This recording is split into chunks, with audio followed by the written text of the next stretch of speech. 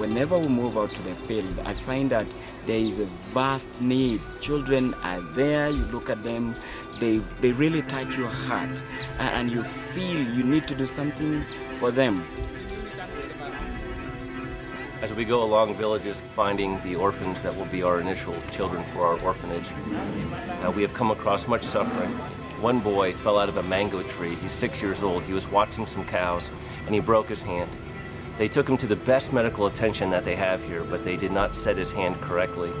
And so it began to become infected, so much so that they had to amputate.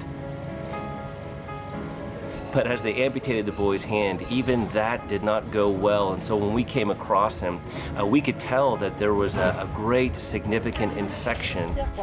Fears that now when he goes to the doctors, they're going to again keep on trying to work on it, and it will pain him the more. So he's even crying right away. So we were able to take the boy into the hospital, even though he was very scared to go back to any hospital. We just got word back today that the boy is going to be well. We have saved his arm.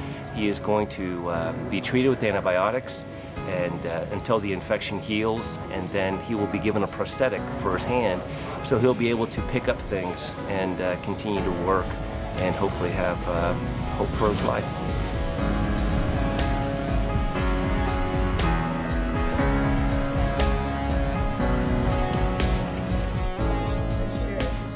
One of the most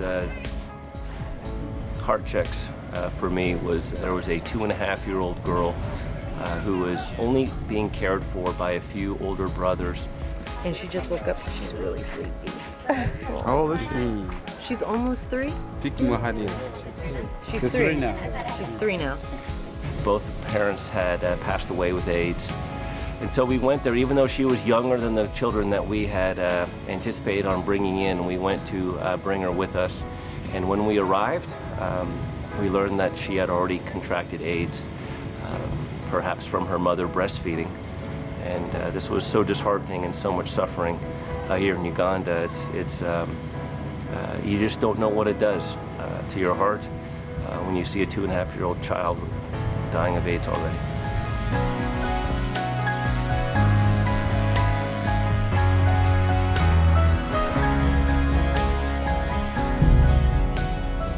Here lie the remains of 121 innocent Ugandans who were massacred by LRA terrorists on 21st February 2004.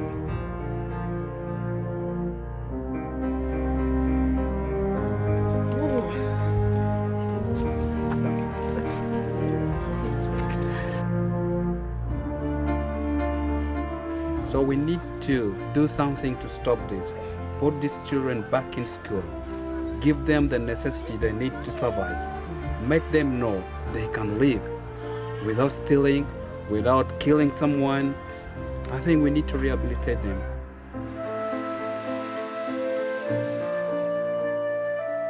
We want these children to feel and to have hope, because without hope, no one would want to face the following day. But giving them hope, putting them in a well-furnished place, some of them come from a very ramshackle houses.